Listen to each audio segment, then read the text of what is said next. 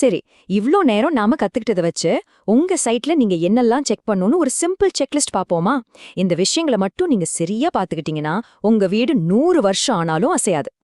முதல்ல உங்க இன்ஜினியர் கிட்ட கேட்டு கரெக்டான வேலைக்கு கரெக்டான ரெசிபி, அதாவது M20 இல்ல M25 தான் யூஸ் பண்றாங்களான்னு உறுதிப்படுத்துங்க.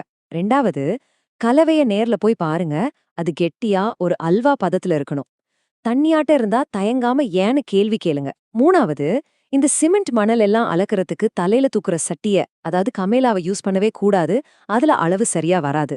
அதுக்கு பதிலா ஃபர்மான்னு சொல்ற சரியான அளவுள்ள பெட்டியை தான் பயன்படுத்தணும்னு சொல்லுங்க. கடைசியா ரொம்ப ரொம்ப முக்கியமா, கான்கிரீட் போட்டதுக்கு அப்புறம் குறைஞ்சது 7 நாள், முடிஞ்சா 14 நாளைக்கு தண்ணி ஊத்தி கியூரிங் பண்றதை நீங்க பக்கத்துல இருந்து பாத்துக்கணும். ஓகே, இப்போ நம்ம வீட்டோட தசை, அதாவது கான்கிரீட் சூப்பரா ரெடி ஆயிடுச்சு. ஆனா இந்த தசைய மூட போற தோல், அதாவது செவுரு, அத பத்தி என்ன நினைக்கிறீங்க? நம்ம தாத்தா காலத்து செங்கல்ல கட்டுறது நல்லதா, இல்ல இப்போ புதுசா வந்திருக்கிற ஏஎஸ்சி பிளாக்ஸ் நல்லதா? இது ஒரு பெரிய யுத்தமே போயிட்டு இருக்கு.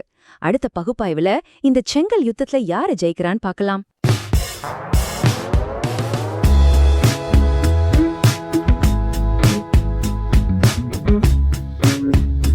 Like, share, and subscribe to Connect and Build. I have already done.